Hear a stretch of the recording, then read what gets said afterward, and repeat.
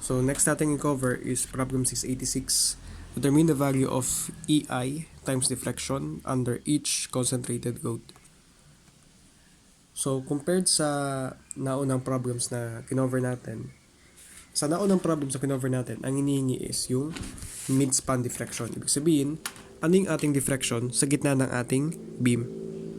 Pero this time, ang hinihingi, ano yung ating deflection under 500 newtons and ano yung ating deflection under 800 newtons. Ibig sabihin, specific na deflection sa ibang distance.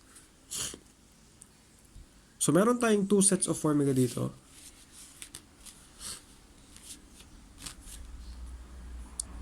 Ito, EI y is equal to PBX over 6L times L square minus X square minus B square. Ang ating condition dito, X is in between 0 and A. Pero minsan, ito ay X is greater than 0 but is less than or equal sa A natin. And yung ating second na formula, PB over 6L L over B X minus A cube plus L square minus B square X minus X cube. And dito naman, the condition is X is greater than A but is less than L. Yan yung ating two conditions. So before tayo proceed sa ating actual na pag-analyze ng problem, i-divide muna natin siya into dalawang separate na beams.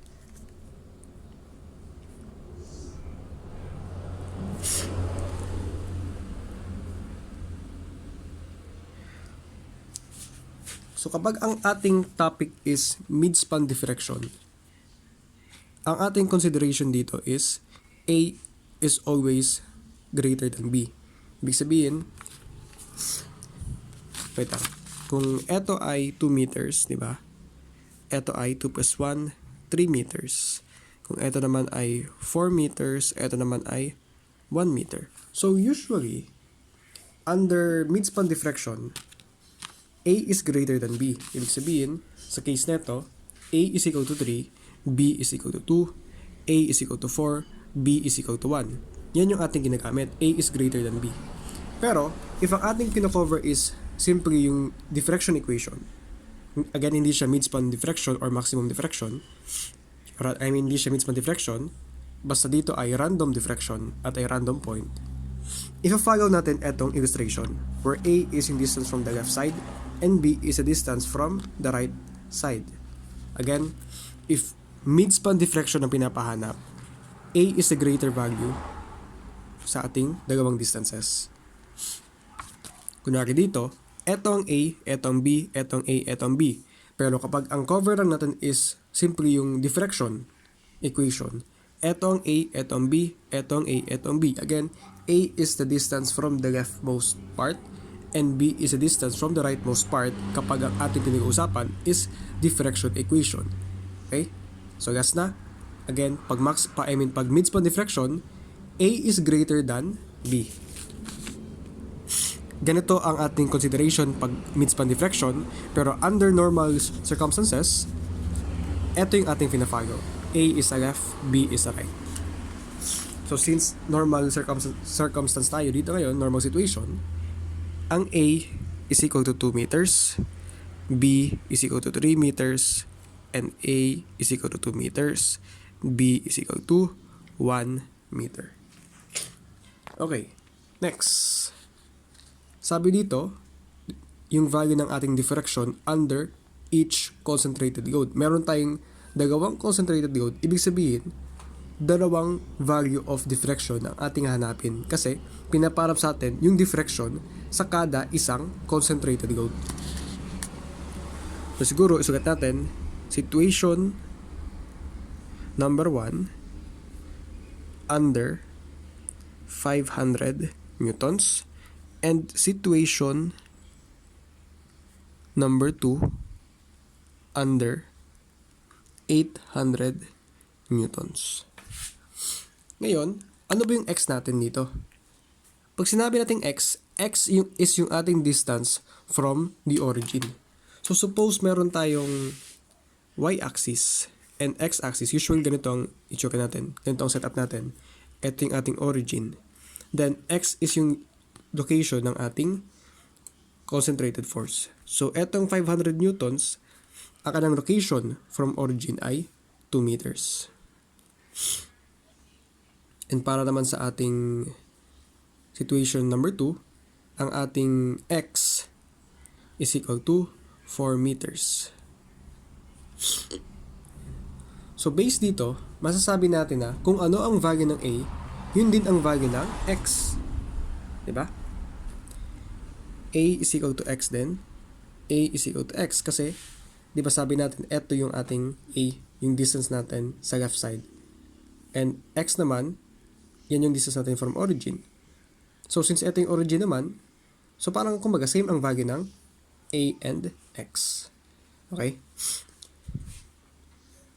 So eto. Next question natin, anong formula ang ating gagamitin?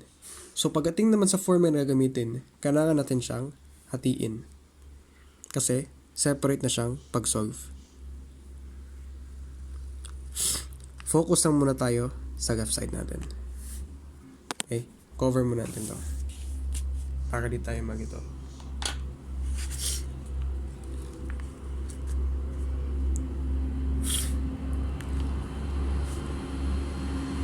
So, sa first situation natin, under 500 newtons, again, sabi natin, to find yung ating diffraction, need natin i-consider yung ating two forces. So, sa ating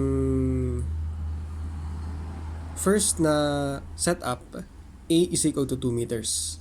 Ang x natin is 2 meters din. So, huwag naman tayo isama to, para hindi tayo magito.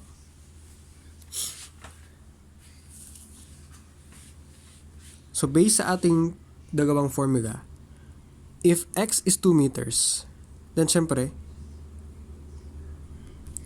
and A is 2 meters, pasok siya dito sa first nating formula. Kasi, 2 is less than or equal sa 2.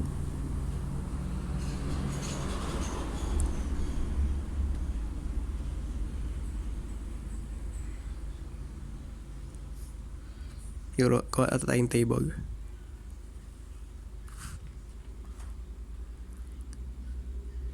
meters ang value ng x natin.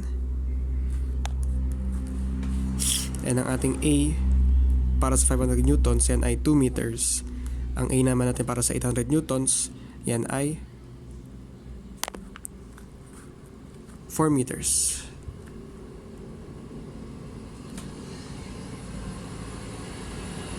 So, etong x dito is para sa situation 1. Situation 1, x is 2 meters. So, regardless if ano yung force natin, pareho 2 meters yung ating x. Okay, ito kasi separate naman tong equation.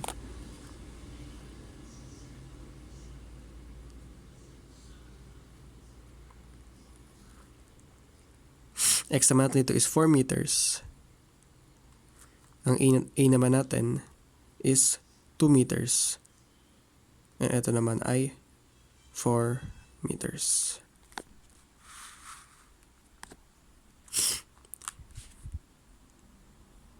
X dito is greater than A. Ito naman is equal. Ito naman, X is less than A. Sabi natin, kapag equal siya, so ulit ng number. Ito is equation number 1. Ito is equation number 2. Okay? So, since sa 500 newtons natin, x is equal to A, 2 is equal to 2, dito is equation 1 ang ating gagamitin. Sa 800 newtons naman, x is less than A, equation 1 din ang ating gagamitin. Pero sa ating second part, so magiging terms o situation, case, para tayo magito. Ito na lang. Ito naman, 4 is greater than 2, x is greater than A, x is greater than A, equation 2 tayo. Ito naman, 4 is equal to 4, kumbaga x is equal to A. Number 1 naman, equation number 1. So kumbaga magiging itsura nito,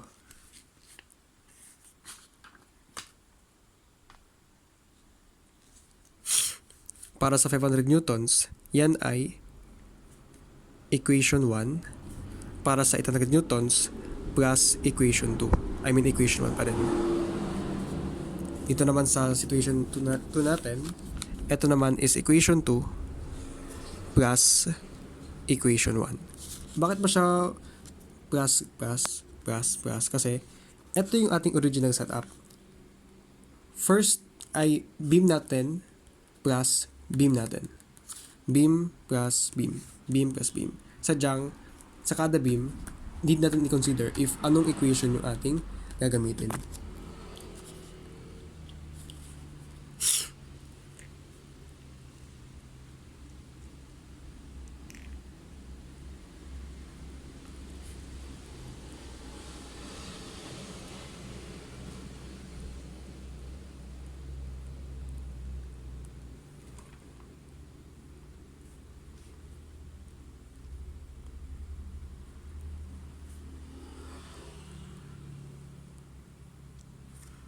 Ito naman, 2.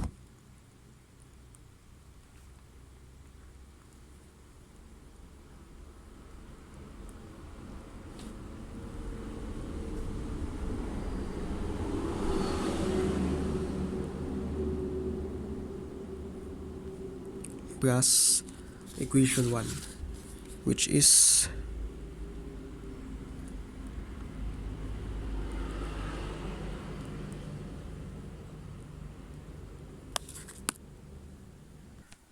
so solve natin.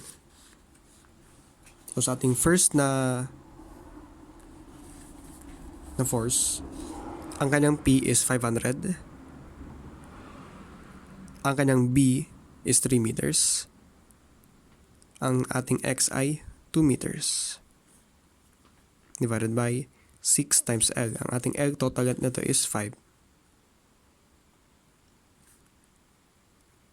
Then, ang ating L is 5. So, ito ay 5 square. Minus X natin is 2. So, siya ay minus 2 square. And ang B natin dito ay 3. So, minus 3 square. Plus, ang P naman natin for the second na ginawa natin is 800. Ang kanyang B is 1. And ang ating X ay 2 meters.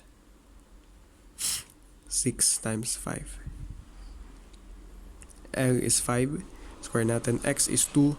Square natin. Ang B niya is 1.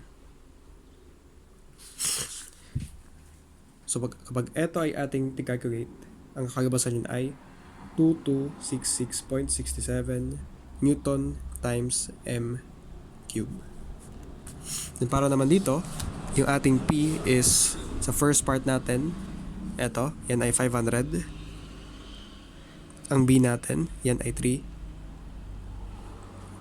6 times L, which is 5. L is 5. B is 3. X natin dito is 4. Ang A natin is also, or rather, ang A natin dito is 2 para sa 500.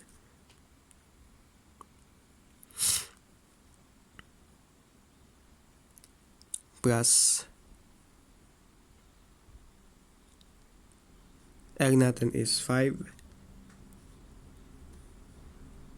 Ang B natin, yan ay 3. Ang X natin, yan ay 4. Minus X natin, which is 4. Next, ang P naman natin for the second is 800. Ang B natin, yan ay 1. Ang X natin ngayon ay 4. L natin is 5.